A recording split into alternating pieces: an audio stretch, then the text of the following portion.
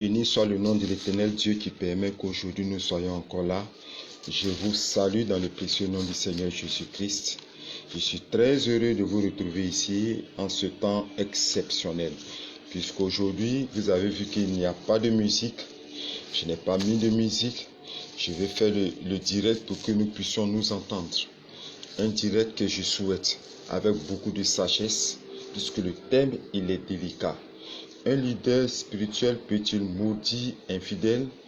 Et j'ai pris le Seigneur que ce thème soit présenté avec toute la sagesse, avec tout ce qu'il y a de plus sage, avec des paroles douces, compréhensibles, en espérant que beaucoup de personnes entendront ce message comme un message de prise de conscience, pas un message de culpabilité ou pour indexer certaines personnes, pas un message pour juger, puisque nous parlons des serviteurs de Dieu, des leaders spirituels.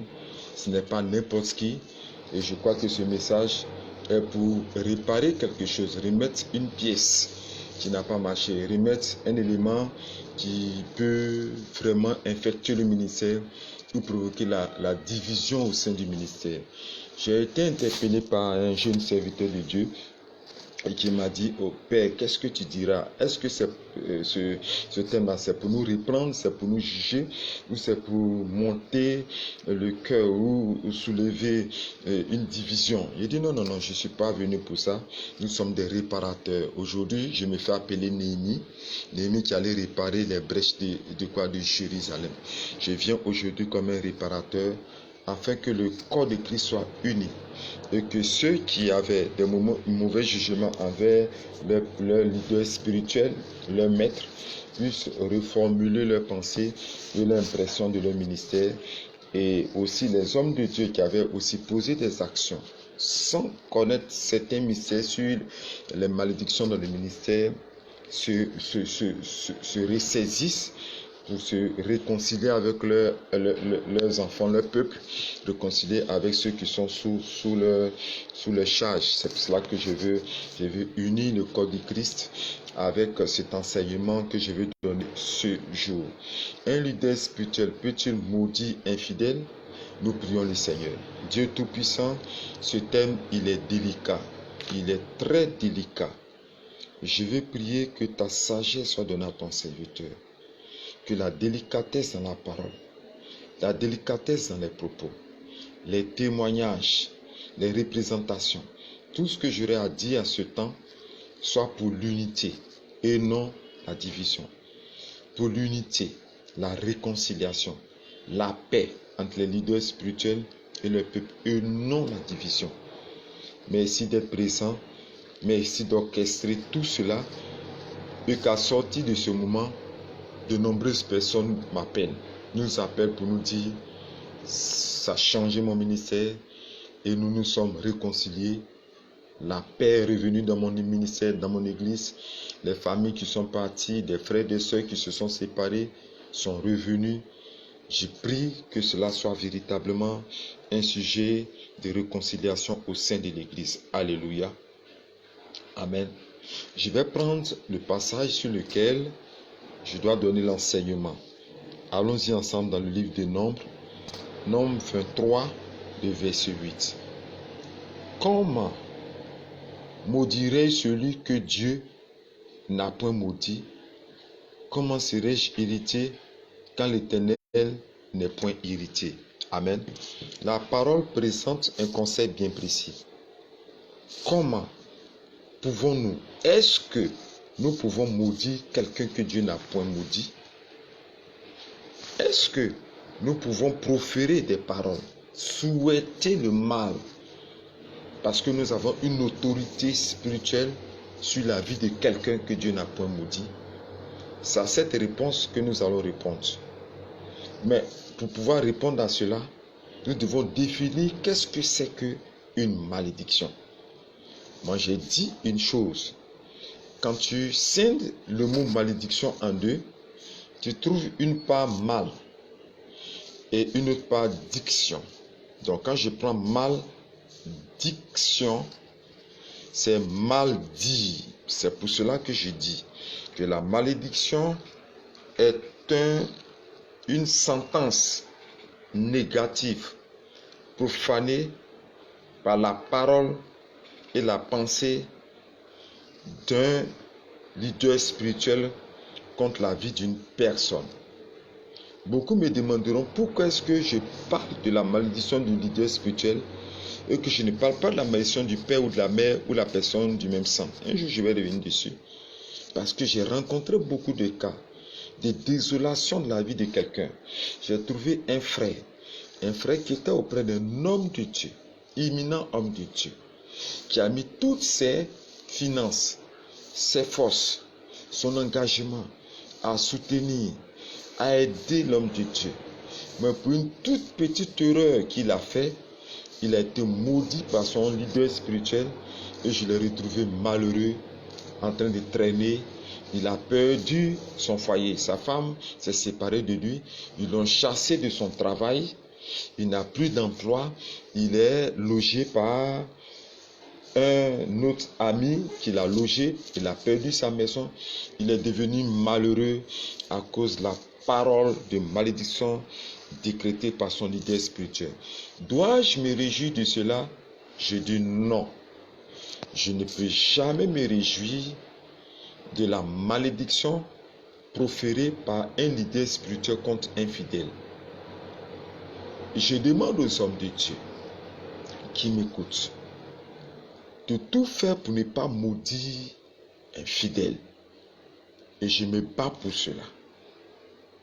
La malédiction qui sort de la bouche de l'homme de Dieu trouve le sceau de l'Éternel Dieu. Il est pratiquement impossible de la ôter que par celui qui a déclaré cela. J'ai reçu un témoignage dans les années 2010. Il y a un homme de Dieu qui a été invité à un programme. Et quand l'homme de Dieu a été invité au programme, il a prêché. À la fin de sa prédication, à la fin de la veillée, ils l'ont reçu dans un bureau. Et celle qu'il a reçue dans le bureau, la servante de Dieu qui l'a invité, l'a reçue dans son bureau avec sa fille spirituelle. Et sa fille spirituelle a dit une parole à l'homme de Dieu. Et l'homme de Dieu a libéré la malédiction. Et la fille a été frappée par une stérilité. Quand on m'a dit ça, je leur ai dit, cherchez à revoir l'homme de Dieu pour qu'il enlève cette malédiction. Mais le temps, la fille a été orgueilleuse. Elle a dit non, moi je ne vais pas me rabaisser. Je m'en fous de lui. Il est qui pour moi, tout et tout. L'homme de Dieu est décédé. Malheureusement, 3 ans après. Et la malédiction a pris effet sur la vie de cette sœur qui a vu tout s'écrouler autour d'elle. Le temps va aller chercher à la rencontre de l'homme de Dieu. Elle va faire un voyage pour savoir où son ministère est. L'homme de Dieu est décédé. Qui peut enlever cette parole de malédiction? Amen. Donc la malédiction est une sentence négative proférée par la parole et la pensée d'un leader spirituel, un supérieur de manière spirituelle. C'est celui qui est en haut de manière spirituelle qui peut libérer une parole de malédiction. Et sa parole de malédiction a un effet sur le lever et le coucher du soleil de cette personne, la personne qui a été maudite, sur son style de vie, sur ses relations, sur ses finances, sur sa destinée prophétique. C'est comme si tout s'arrête.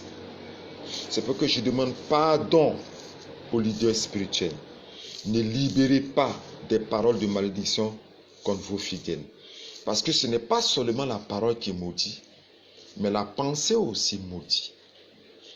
Pour que la malédiction soit effective, c'est qu'il a utilisé la puissance de sa pensée et la puissance de sa parole, les deux combinés pour libérer la malédiction. Donc, je demande pardon aux leaders spirituels, s'il vous plaît. Retenons-nous, même si nous sommes dans la colère. Retenons-nous, même si nous ne sommes pas contents. Parce que quand on libère une parole de malédiction, on tue la personne. Or, le Seigneur nous a dit de ne pas tuer. Il ne faudrait pas qu'un jour, nous nous retrouvons devant le Seigneur et le Seigneur va te dire, ta main est souillée de sang. Tu vas dire, mais Seigneur, ma main est souillée de sang de qui? Je n'ai tué personne. Et Dieu va te répondre, oui, tu as tué. Puisque quand tu as libéré la parole de malédiction contre telle soeur, tel frère, tu l'as égorgé spirituellement. Tu l'as exécuté spirituellement. Et son sang a crié à moi. Ne soyons pas condamnés devant le Seigneur avec tous les efforts que nous aurons faits pour notre salut. C'est à mes collègues que je parle, puisque je les aime bien et je veux que nous fassions ensemble un effort. Alléluia. Le deuxième point auquel nous pouvons répondre. Quels sont les différents types de malédictions? Je vous fais comprendre toutes ces choses pour que nous puissions, vous et moi, vous qui avez maudit vos enfants, vous qui avez maudit un fidèle, ou maudit un peuple, ou déclaré des paroles, je vous supplie, après cet enseignement, annulez ces paroles de malédiction pour que ces personnes-là retrouvent la paix et la joie, retrouvent la plénitude. Parce que j'ai reçu tellement de témoignages et de mes yeux, j'ai vu tellement de cas de malédiction des enfants spirituels dégradés. Même un frère commando qui puisait de l'eau sur sa tête. J'ai vu sa souffrance terrible à cause de la parole de malédiction de celui qu'il appelait son leader.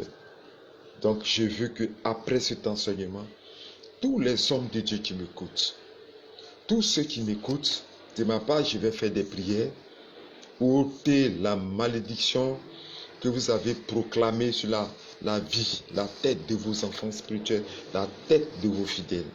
Si même il t'a blessé, il s'est foutu de toi, on a vécu beaucoup de choses. Moi, j'avais une fille spirituelle que j'ai aidée pour aller en Europe, pour aller derrière l'eau. J'ai mis toute ma force, prier, jeûner, marcher. Même le jour même qu'elle partait à l'aéroport, j'ai pris sa valise, je l'accompagne jusqu'à l'aéroport. Jeune si jeune, on avait bloqué, la sorcellerie avait bloqué son voyage. Même tous ses papiers. Dans un taxi ici en ville, c'est perdu. On a prié pour que son fiancé ramène encore l'argent ici. Après tout l'effort, le sacrifice que j'ai fait jusqu'à la fin, elle est partie en Europe. Au retour, elle m'a injuré, m'a dit des sales paroles. Ça m'a scandalisé, mais je n'ai pas osé sortir une parole de malédiction contre elle, parce que j'ai dit, je ne suis pas Dieu, c'est Dieu qui juge. Amen. Quels sont les différents types de malédiction? Le premier, c'est la malédiction avec une cause. Ok? Puisque je veux revenir à la parole de Dieu qui dit, je lis, dans Proverbe 26, le verset 2, si je vois bien, excusez-moi. Comme l'oiseau s'échappe, comme l'hirondelle s'envole, ainsi la malédiction sans cause n'a point d'effet. Donc il y a la malédiction sans cause et la malédiction avec une cause. Amen. Mais je veux commencer par la malédiction avec une cause. La malédiction avec une cause se trouve dans le livre de 2 Rois 5 à partir du verset 27. 2 Rois 5 à partir du verset 27. On va vraiment partager ce moment extraordinaire. Je suis très content d'être le réparateur des brèches, de réconcilier des hommes de Dieu avec des fidèles. Et je pense qu'après ce message, beaucoup seront réconciliés avec les pères spirituels. L'harmonie reviendra. Amen. Et je lis. 2 Rois 5, le verset 27. La lèpre de Naaman s'attachera à toi et à la postérité pour toujours. La lèpre de Naaman s'attachera à toi et à ta postérité pour toujours.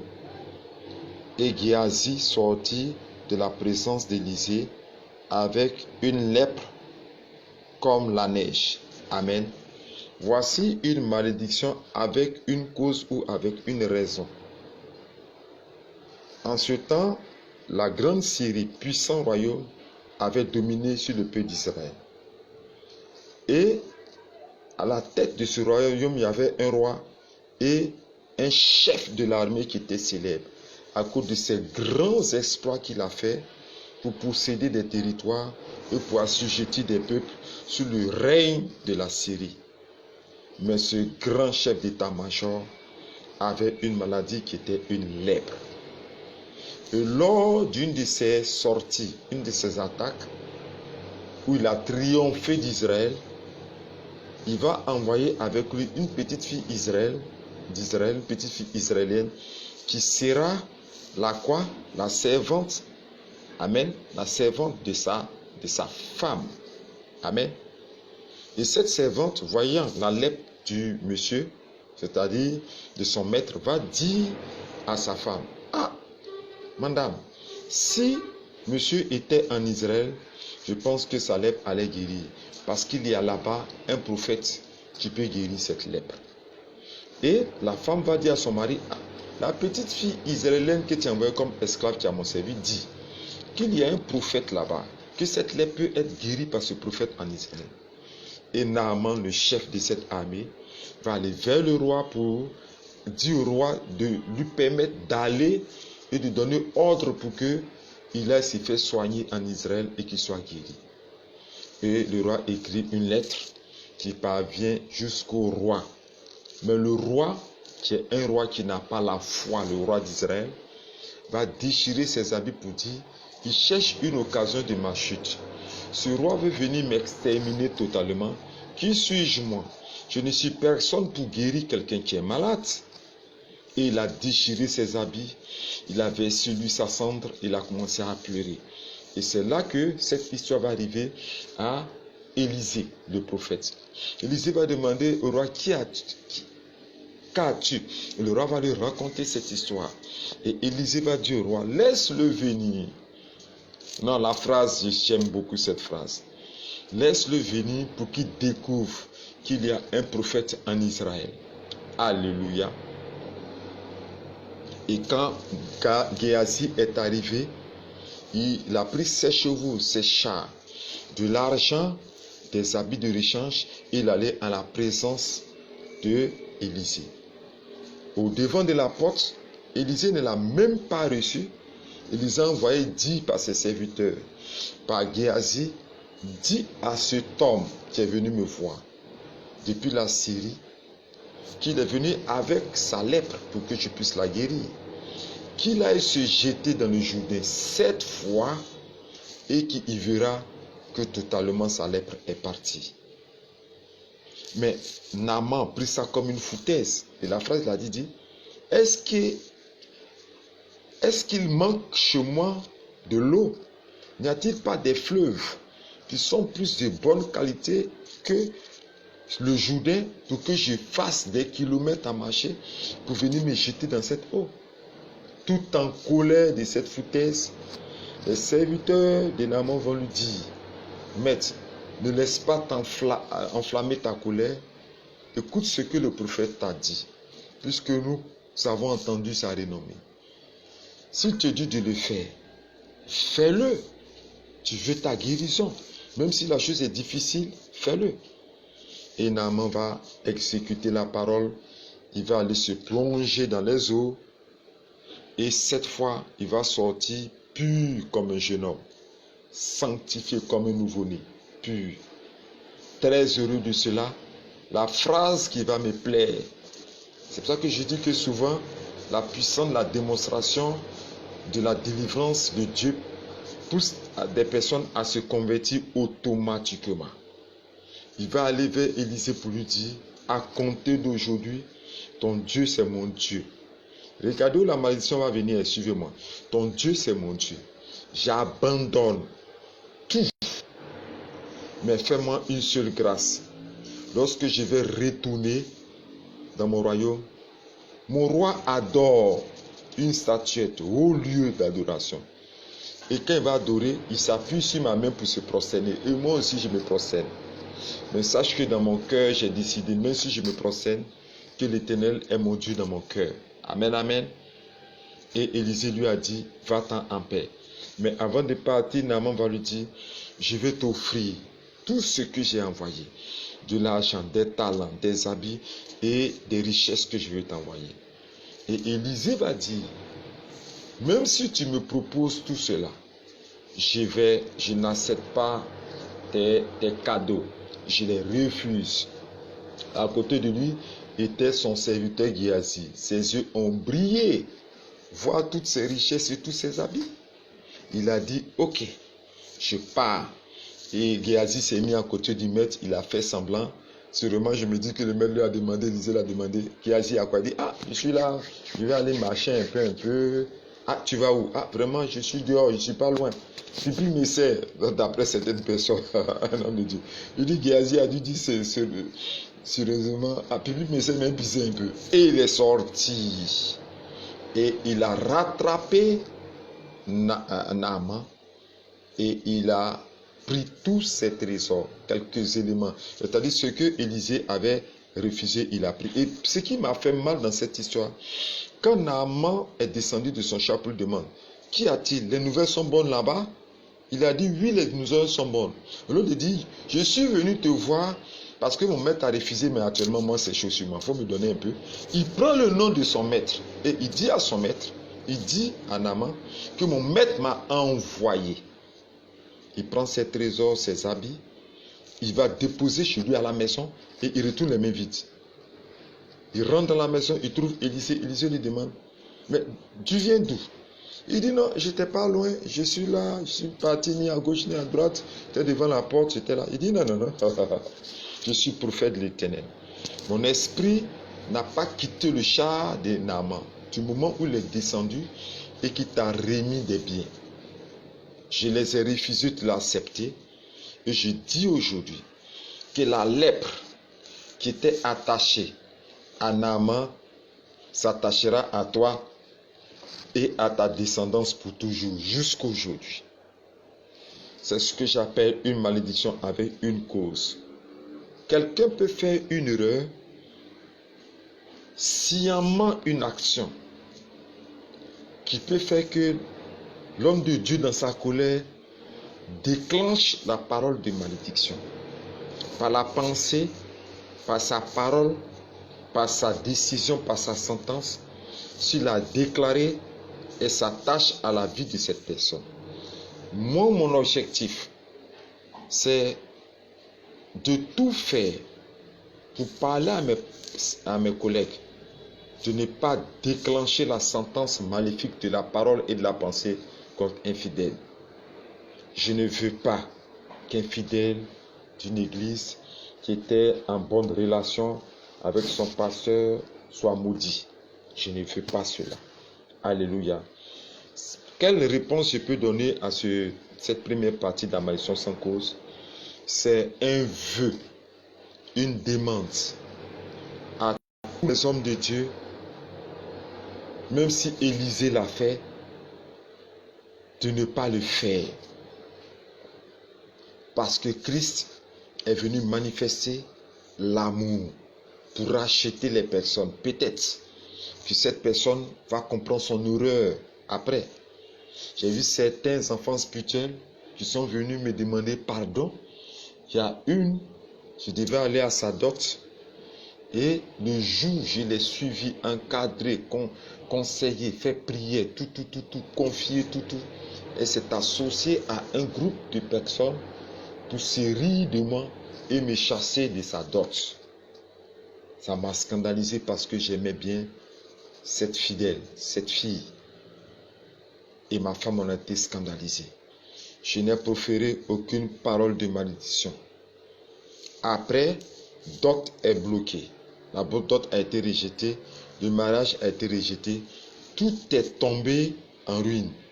Et elle est revenue 3 ans plus tard, je pense bien. Et je la vois tomber pratiquement à mes pieds.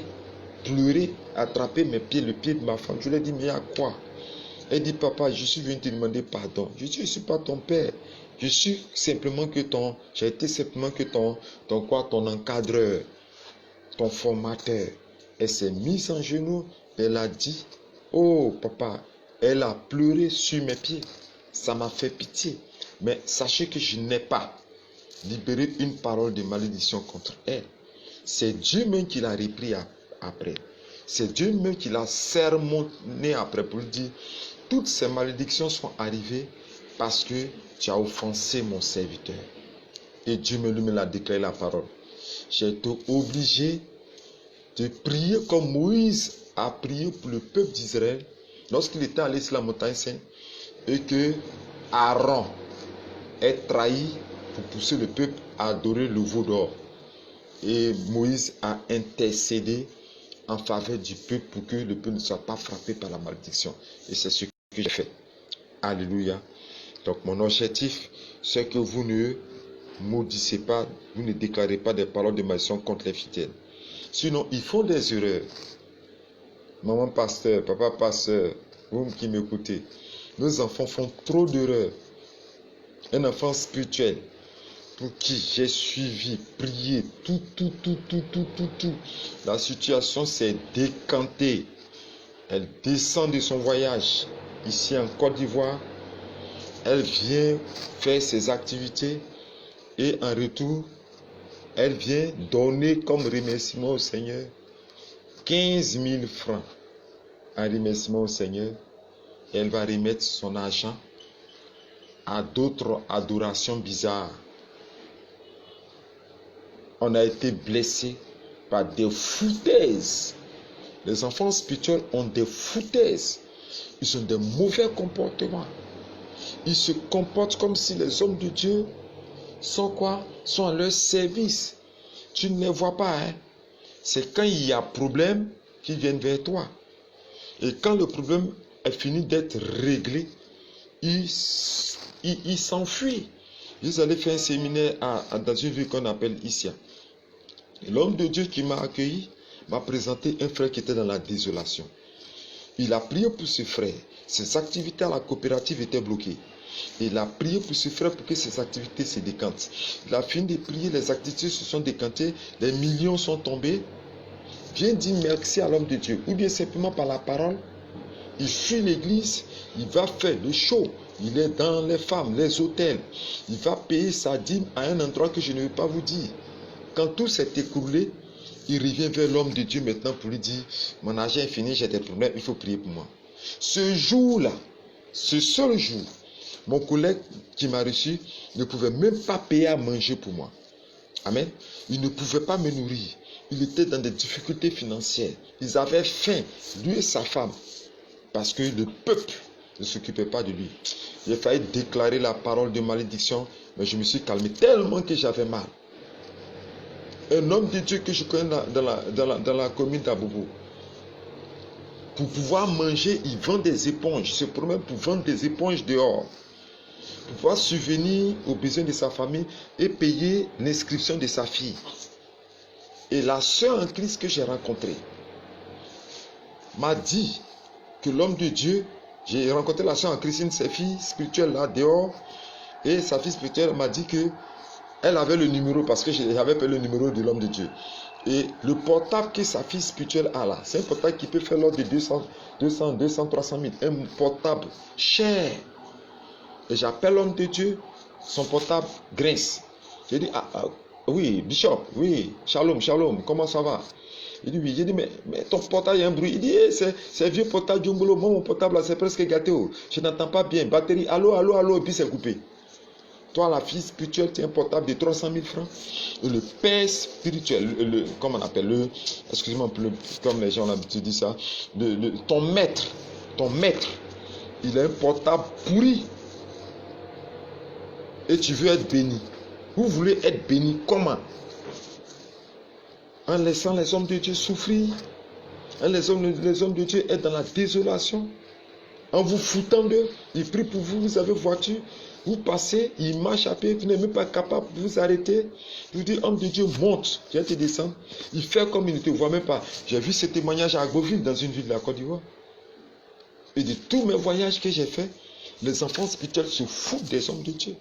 Ils ne s'occupent pas de leur maître. Ils ne s'occupent pas d'eux. Ils se moquent d'eux. Ils forment des groupes pour se lever contre les groupes, pour déstabiliser. Ils font n'importe quoi. Ça nous fait mal. Mais, collègues, serviteurs, servants de Dieu, efforçons-nous à nous retenir. Efforçons-nous à ne pas libérer une sentence maléfique. Remettez seulement le sort à l'Éternel Dieu et c'est Dieu qui s'en occupera. Je veux voir des amens si beaucoup de personnes écoutent ce message. Amen.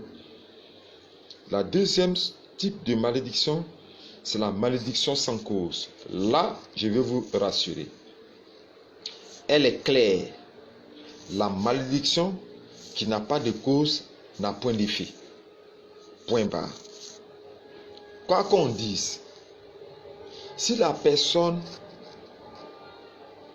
est justifiée, si la personne n'a rien fait et que tu maudis cette personne, même si tu es bishop, archibishop, patriarche, général patriarche, quoi encore, beaucoup de noms que vous donnez qui sont des noms de gradation spirituelle, ça n'aura aucun effet sur cette personne. Si cette malédiction, il n'y a pas de cause, il n'a rien fait, elle n'a rien fait. Tu l'as maudit pourquoi? Amen. Tu l'as maudit pourquoi? Qu'est-ce qu'elle t'a fait?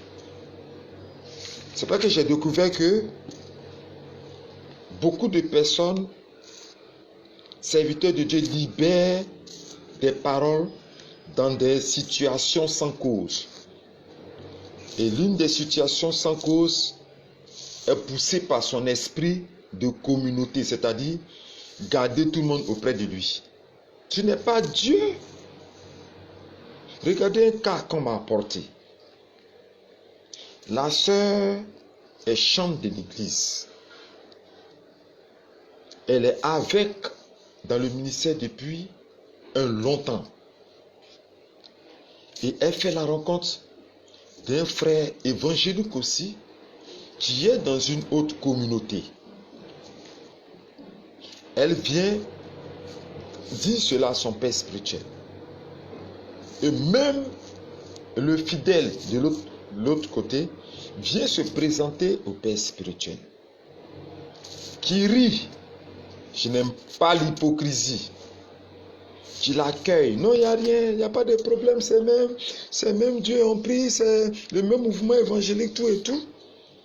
La fille décide d'aller au mariage avec lui.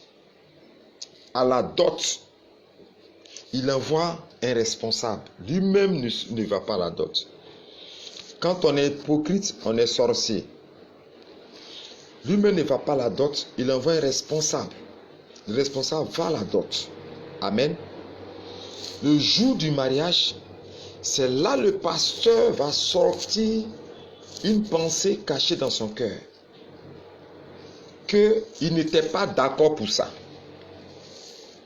N'y a-t-il pas un frère dans l'église qui puisse te marier? D'où vient cela?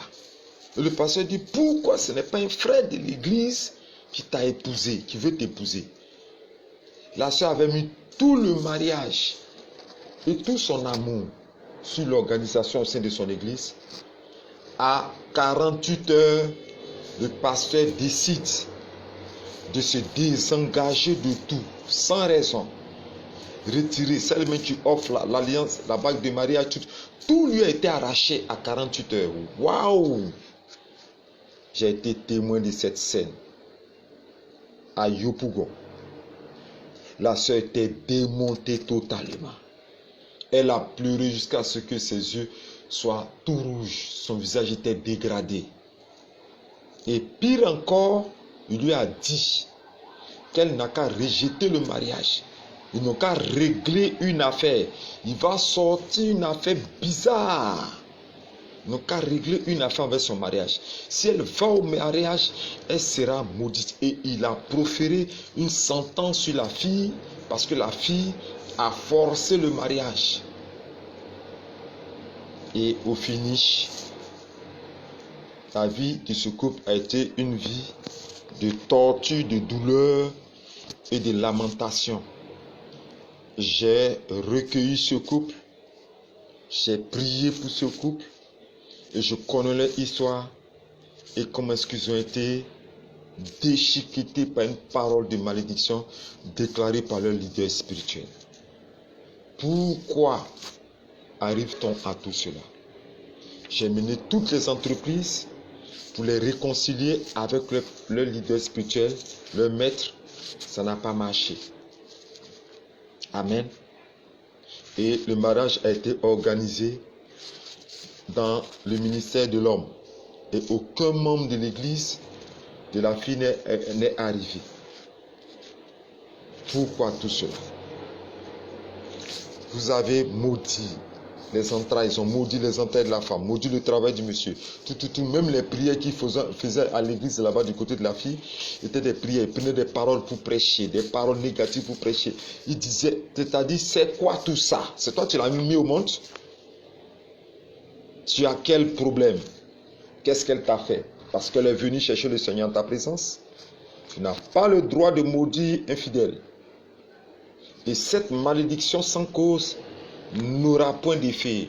Vous tous qui m'écoutez, vous tous qui avez été maudits sans cause, qui suivez, sur la langue du prophète que je suis, la parole, la puissance au bout de la langue, le sceau que Dieu m'a donné, de dire oui ou de dire non, selon la parole de Zacharie, que je te donne le pouvoir de juger. Je déclare l'instant précis que cette malédiction sans cause est maudite et sans effet au nom de Jésus-Christ. Je vais arracher cette malédiction.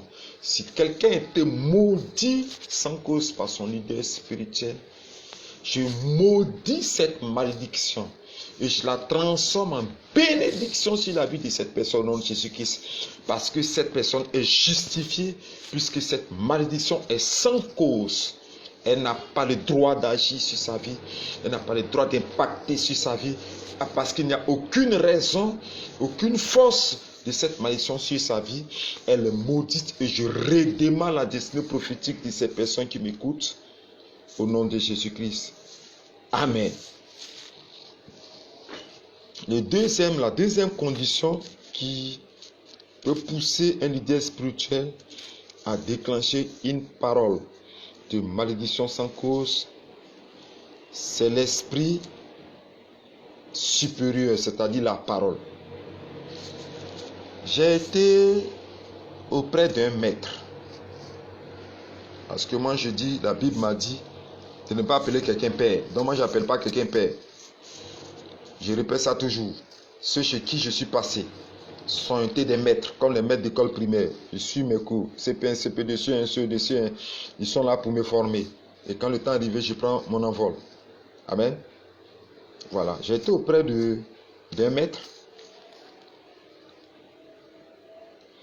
Un jour, il me dit, il vient s'approcher de moi. Il dit, ah, le fils. Je dis oui. Vraiment, Dieu m'a parlé. Mais le Seigneur, je vais changer le nom du ministère. Et je veux intégrer une autre église. Donc je souhaiterais que vous tous ceux que j'ai formés, j'encadre, vous me suivez. Je dis, ah, le maître, ce que tu as dit là, c'est profond. Je suis d'accord avec ce que tu me dis, mais je vais prier. Pourquoi j'ai dit, je vais prier? J'ai prié et le Seigneur s'est révélé à moi dans le jeûne, puisque j'ai pris un bon temps de jeûne pour ne pas que je me pète. Et le Seigneur m'a fait savoir que il ne souhaiterait pas que je parte. Les autres peuvent partir, mais de rester sur place ici. Parce qu'il n'a pas terminé de m'apprendre certaines choses dans le ministère. Je suis allé auprès du maître pour lui dire pourquoi je lui ai dit, Dieu m'a dit. Il a libéré une parole de malédiction, une sentence contre moi. Parce qu'il y a des hommes de Dieu, des leaders, certains. Je ne dis pas que tout le monde est comme ça, parce que j'ai des bons amis hommes de Dieu, qui n'aiment pas qu'on leur dise, Dieu m'a dit. C'est eux qui veulent toujours entendre. C'est eux qui entendent toujours Dieu. À part eux là, il n'y a pas quelqu'un d'autre qui peut entendre la voix du Seigneur. Il donne même des instructions pour dire au peuple, hey, c'est moi seul qui peut dire que Dieu m'a dit. C'est moi seul qui peut dire que Dieu m'a donné une révélation. C'est moi seul qui suis le voyant. À part moi là, il n'y a pas d'autres prophètes ici. Aïe. Mais regardez, même Samuel, couché à côté de qui? À côté d'Élie, je pense que c'est Élie, non? Samuel couché à côté de son maître. Dieu va outrepasser le prophète, son maître, et l'appeler lui-même personnellement Samuel. Dieu parle à Samuel en surpassant, c'est-à-dire au-delà de son maître. Son maître, Dieu n'a pas parlé à son maître. Dieu allait directement parler au prophète Samuel. Il était encore tout petit. Et Samuel allait vers son maître pour lui dire, il y a une voix qui m'a dit Samuel. C'est là que son maître, le prophète, va lui dire, si tu entends cette voix, il faut dire, oui Seigneur. Petit qu'il est, Samuel, Dieu allait lui parler directement sans passer par son maître, son formateur. Il peut arriver des conditions où des hommes de Dieu, où Dieu parle directement à la personne elle-même. Le Saint-Esprit est descendu et dit, même les enfants prophétiseront, auront des visions. Le Saint-Esprit s'est déversé sur tout le monde. Quiconque accepte le Seigneur Jésus-Christ reçoit cette portion du Saint-Esprit qui lui permet d'avoir des visions, des révélations, des paroles de connaissance, entendre la voix de Dieu. C'est une chose qui est normale. Mais tu déclares une parole parce que la personne te dit, Dieu m'a dit de marcher ainsi. C'est une malédiction sans cause. Et il a déclaré la parole contre moi. Que tant qu'il est vivant, je ne vais pas réussir dans le ministère. Mais je vous rappelle qu'il est mort. On ne joue pas avec Dieu. Donc, écoutez-moi. Écoutez bien. Changeons de comportement. Si un fils spirituel reçoit une révélation, une parole qui vient vers toi, analyse la parole, analyse la révélation. Si elle n'est pas bonne, dis-lui, mon petit, ce que tu as reçu là n'est pas clair. Prie pour lui pour que Dieu clarifie la révélation.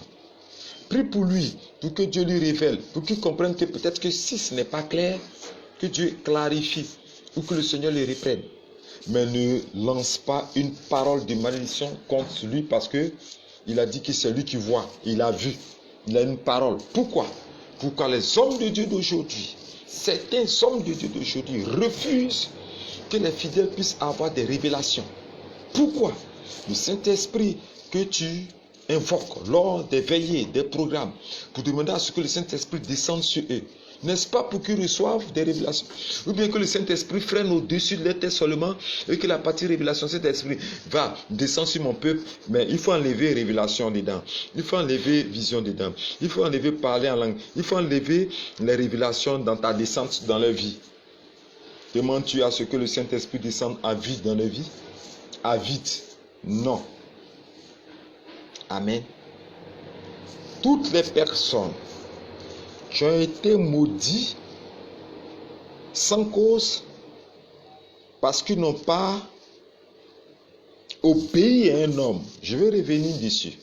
Toi qui me regardes, si tu obéis à Dieu, la malédiction proférée par un certain type de leader spirituel n'aura aucun effet sur ta vie au nom de Jésus-Christ de Nazareth. Peut-être que certains vont se fâcher contre moi. Certains hommes de Dieu, servants de Dieu vont m'appeler, m'envoyer des messages pour dire quel est cet enseignement. Depuis hier, on me menace. J'ai reçu des sales messages des petits serviteurs de Dieu, des petits frères qui portent des chaussures pointillées, des vestes plaquées, qui gardent des barbes alors qu'ils ont 22 ans, 23 ans, impolis et mal éduqués. Je leur ai dit, si vous m'envoyez un message comme ça encore 2 fois, si je vous attrape, je vais vous frapper. Avant là, nous là, les doyens là, quand on voyait avant les grands frères, on tremblait. Oui, on avait un peu, on grattait la tête. On dit, ah, grand frère, tonton. On a été éduqués à la morale, à la bonne parole, à la crainte des aînés, au respect des vieillards et des vieilles femmes. Et vous petit vous êtes, c'est vous qui allez venir dire des paroles négatives contre les hommes de Dieu, vos aînés dans la foi, les vieux hommes de Dieu. Si vous venez dire une parole négative contre moi, je ne vais pas déclencher une parole de malédiction contre votre ministère, mais je vais vous corriger comme on corrige les gens de CP1. Vous allez comprendre que la verge existe dans la Bible et dans le proverbe. Corrige l'enfant. Et si tu te comportes comme un enfant, nous, les leaders, vos grands frères auxquels vous vous foutez là, on va vous corriger. Impoli que vous êtes. Je continue. Et voilà ce que je veux dire. Et comprenez cela. Donc je veux parler à ceux-là. Tous ceux qui me regardent, à qui ils ont déclaré des paroles de malédiction sans cause contre vous, parce que vous avez osé suivre ce que Dieu vous a dit et non suivre ce que eux veulent que vous fassiez. J'annule cette parole de malédiction en l'instant précieux au nom de Jésus-Christ. Je la maudis, la sèche et je l'arrache à l'instant précis dans votre vie pour redémarrer votre destinée prophétique glorieuse au nom de Jésus-Christ. Quiconque a été maudit par une parole sans cause, parce qu'il a voulu obéir à l'instruction, à la parole, aux orientations du Seigneur, je déclare que cette malédiction est maudite, séchée, et je l'arrache aujourd'hui au nom de Jésus qui est Nazareth. Dis avec moi, Amen. Alléluia. Le troisième état dans lequel il libère la parole de malédiction, c'est l'esprit d'exploitation. Amen. Quand quelqu'un veut te tenir esclave, la personne ne voudra jamais que tu t'éloignes d'elle. Et la personne fera un travail de fond pour que moralement tu sois infecté. J'ai fait un séminaire dans une ville. Écoutez-moi. Et j'ai traité sur les maladies mystiques et la guérison. Et il y a... Je vous aime dans le Seigneur, c'est pour ça que je reprends souvent comme ça. Voilà. J'ai un côté doux, mais un côté aussi très dur à cause de mon état de chef de guerre spirituel. Et je faisais mon séminaire et je regarde au fond de la salle, tellement que Dieu s'est glorifié, il y avait des guérisons extraordinaires. Et je regarde au fin fond de la salle, les lampadaires n'étaient pas allumées, les lampes n'étaient pas allumées et des personnes étaient assises dans le noir. Et le pasteur qui m'invitait, je lui ai demandé, mais qui sont ces personnes qui sont assises dans le noir? Vos ampoules sont-elles grillées? Il dit, non, j'ai éteint la lumière par exprès. J'ai dit, mais pourquoi? Il dit, parce que ceux qui sont assis là-bas ne veulent pas se faire voir. J'ai dit, ah bon? Il dit, oui. Ce sont des responsables d'une communauté. Mais tellement que les pasteurs les a traumatisés, ils ont peur. Donc ils disent qu'ils veulent rester dans le noir pour ne pas que on sache qu'ils sont venus à ce programme de guérison. J'ai eu pitié. À la fin, j'ai demandé à ce qu'on coupe la caméra et que je les prenne à côté. J'ai trouvé un qui avait été raté par un AVC, que Dieu a guéri durant le programme. Ils m'ont rendu des témoignages exceptionnels. Mais ils étaient tremblants. Quand ils communiquaient avec moi, ils faisaient comme ça. Comme s'ils étaient effrayés. Un monsieur de 65 ans. Des femmes de 45 ans. Mais que j'ai retrouvés comme des enfants effrayés.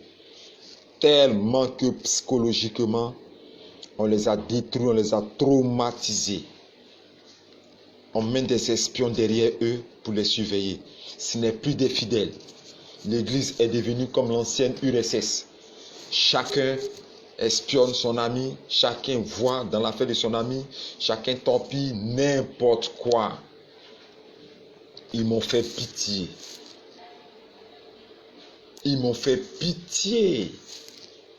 Amen. Et toujours, selon ce qu'ils m'ont dit après, le leader spirituel ne profère que des paroles de malédiction. On a vu ici durant Corona.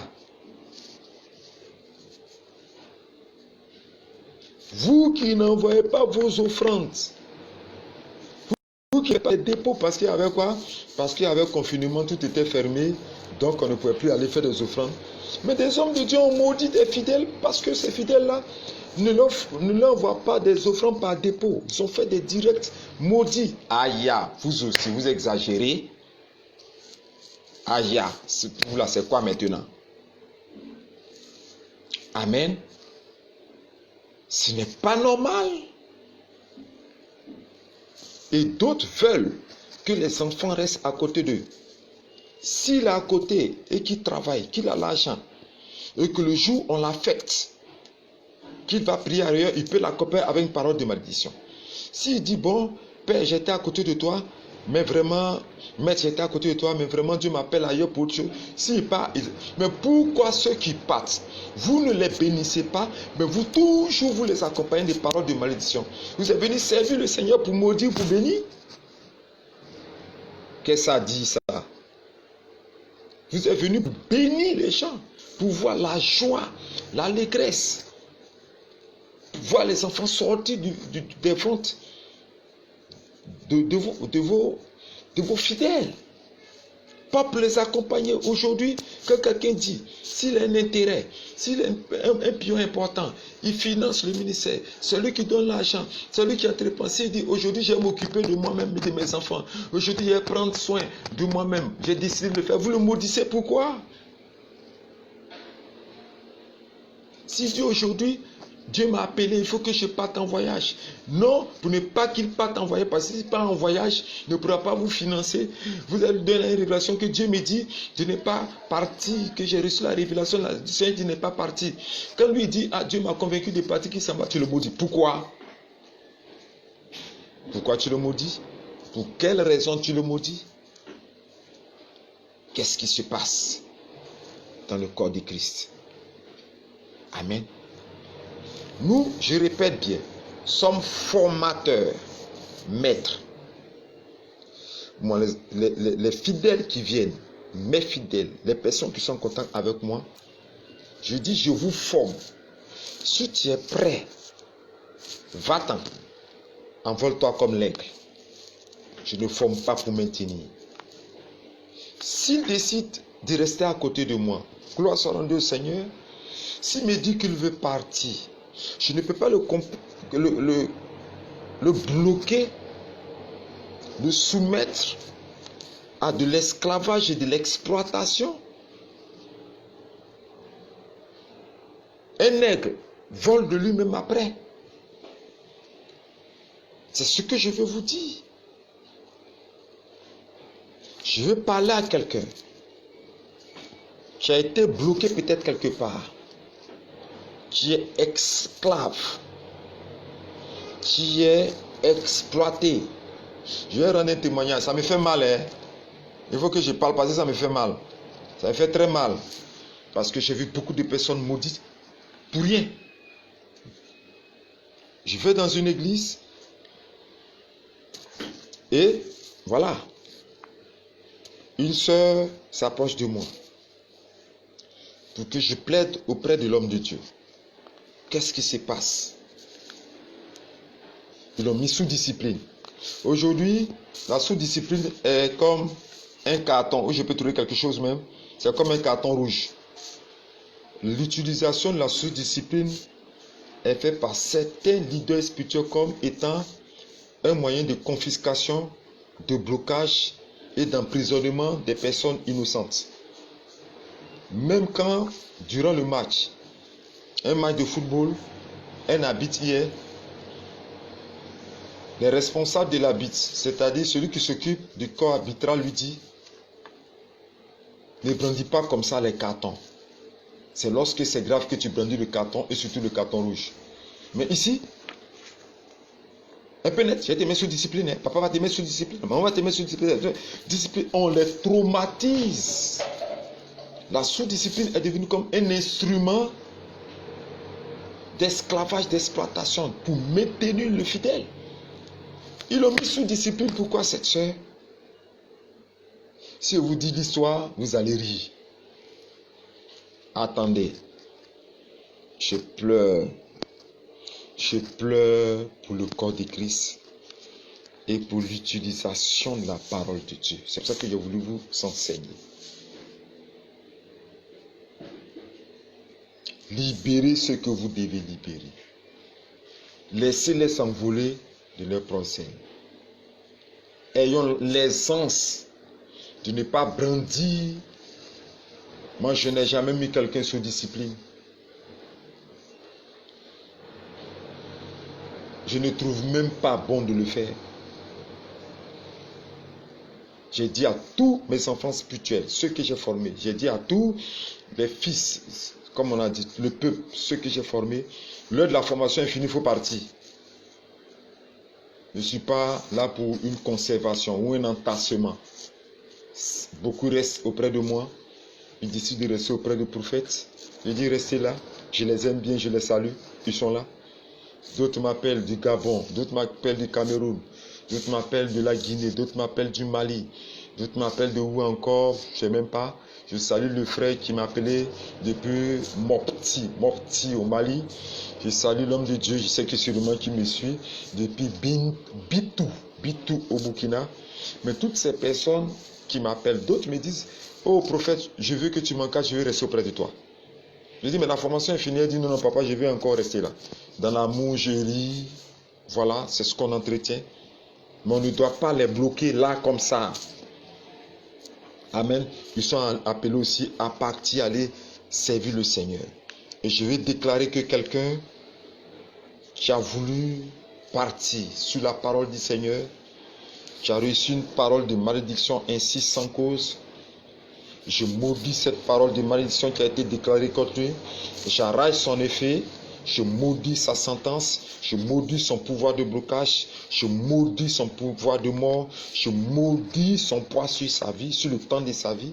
Je maudis son influence sur son ministère. Cela est maudit au nom de Jésus qui s'est entré.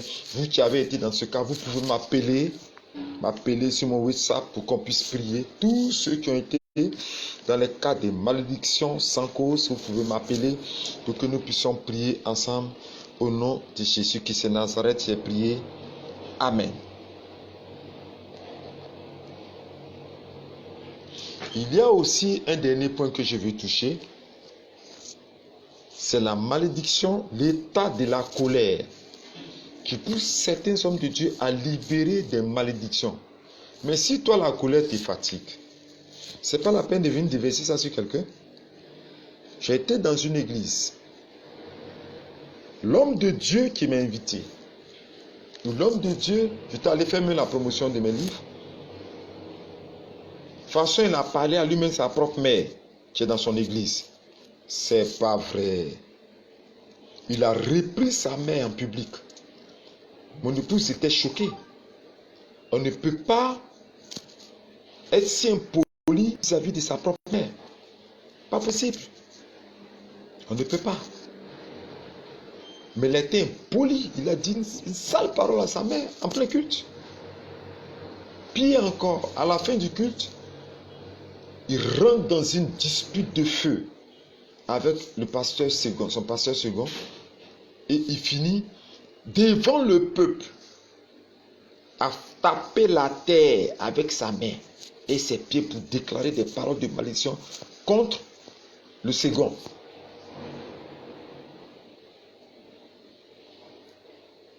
Un autre fils vient le calmer. Pourquoi le fils dit, papa, il faut te calmer. Ce qui t'a fait là, ça n'honore pas à l'église. Il libère encore une parole contre lui. Et je pense que 2 jours, 3 jours. Quand j'ai vu ça, j'ai dit à ma femme, viens, prenons nos affaires pour ne pas qu'ils finissent aussi par me maudire. Je sais que de toute façon, ça n'aura aucun effet sur moi. Mais j'ai dit cette parole-là. Et nous sommes partis. Quand la colère est descendue 2 jours, 3 jours, il s'est rendu compte qu'il a fait n'importe quoi. Amen. Donc, nous tous, souvent nous sommes un peu emportés. Mais faisons un effort pour que la malédiction ne puisse point avoir effet, qu'on n'ait pas déclaré ces paroles de malédiction contre les fidèles. Alléluia. Vainquons, écrasons la colère et nous allons triompher. Et c'est le corps de Christ qui va triompher. Amen. Je veux rassurer ceux tu as eu des paroles de malédiction, je vais terminer rapidement, qu'elle n'aura aucun effet sur vous. Parce que la parole de Dieu dit, comme l'oiseau s'échappe, comme l'hirondelle s'envole, ainsi la malédiction sans cause n'a point d'effet. Ces malédictions n'auront aucun effet sur votre vie à cause du principe du berger. Vos maîtres sont des bergers. Et un berger prend la verge, frappe le mouton, frappe le bœuf, le corrige, le remet sur la voie pour ne pas qu'il se perde, puisque dehors il y a des loups, il y a des lions. Mais il ne se lève pas pour prendre un couteau pour égorger le bœuf parce que le bœuf a décalé un peu. Vous comprenez la parabole que je vous dis? Un berger ne tue pas le bœuf par erreur, mais il le reprend pour qu'il rentre encore dans le troupeau. Amen. Donc, les leaders qui déclarent des paroles de malédiction contre les fidèles, à cause du principe du berger que vous êtes, fait que Dieu interdit que le berger tue sans raison le bœuf ou le mouton. Je déclare l'instant précis, tout ce qui me regarde, que la malédiction sans cause sur votre vie est sans effet au nom de Jésus-Christ. Je maudis cette malédiction et je la désactive à l'instant précis au nom de Jésus-Christ. Pourquoi je dis que cela ne peut avoir aucun effet sur votre vie? Parce que la destinée prophétique de quelqu'un est un bouclier. Si Dieu a dit à quelqu'un que je ferai cela dans ta vie et qu'un leader spirituel considère que il a désobéi parce qu'il a voulu faire la volonté du Seigneur, il a voulu suivre la voie de Dieu et qu'il le maudit, je te dis que sa destinée prophétique et la parole, la prophétie que le Seigneur a dit sur sa vie est un bouclier. Si tu le maudis, cela retournera contre toi-même et dans ta propre maison au nom de Jésus-Christ. Parce que c'est une parole. C'est pour ça que quand quelqu'un veut me donner une prophétie pour sa vie et qu'il veut partir faire quelque chose, je prie le Seigneur. Quand le Seigneur me dit, laisse-le aller, je dis, va mon fils, va. Pourquoi? Parce que si j'ose m'énerver pour dire, il n'a pas encore fini ce qu'il a fait auprès de moi, je prends un orgueil de père, un orgueil de maître pour le maudire, ça va faire retour à l'envoyeur, puisque l'autorité du Seigneur est plus grande que moi-même, ma propre autorité. Alléluia. Et enfin, si tu as libéré une parole de malédiction sur la vie d'un fidèle innocent, surtout l'ignorance, il ne sait pas. Il a fait l'erreur sans le savoir. Son ignorance est un bouclier pour lui. Dieu va le justifier. Et cette parole n'aura aucun effet. On ne peut maudire quelqu'un qui est dans l'ignorance. Non, où est la base de la malédiction? Je ne veux même pas que vous le maudissiez. Il ne sait pas. Il ne sait pas. Toi, tu as mal pris ça. Tu l'as maudit alors qu'il ne sait pas. Mais je dis que son ignorance est un bouclier pour lui. Et j'annule cette parole à cause de son ignorance. Je maudis le fait de cette parole au nom de Jésus-Christ de Nazareth. Et je prie que tous ceux qui regarderont cette vidéo, qui ont été maudits par un leader spirituel, avec une cause ou sans cause, je décrète sur la langue du prophète que cette malédiction est désactivée, elle est enlevée et que leur destinée prophétique prend coup de réalisation maintenant, prend coup de réalisation, tout revient à la normalité. L'arbre qui a été coupé germe encore, pousse encore de nouveau. Allez-y dans la paix du Seigneur, de la paix que le Seigneur nous a donnée, qui a dit que nous sommes des disciples qui devons profaner, promulguer la paix. Cette paix vous accompagne, que la tranquillité vous accompagne, que l'avancement dans votre vie vous accompagne et que vous ayez la crainte du Seigneur comme des bons disciples pour mener le travail du salut des âmes pour le royaume des cieux. Je vous dis shalom, merci pour la compréhension des hommes de Dieu. Merci pour la compréhension des servants de Dieu. Merci de ce que les fils aussi ont compris, de ne pas se foutre des hommes de Dieu. Les hommes de Dieu ont compris de ne pas profaner, proclamer des paroles de malédiction contre les fidèles.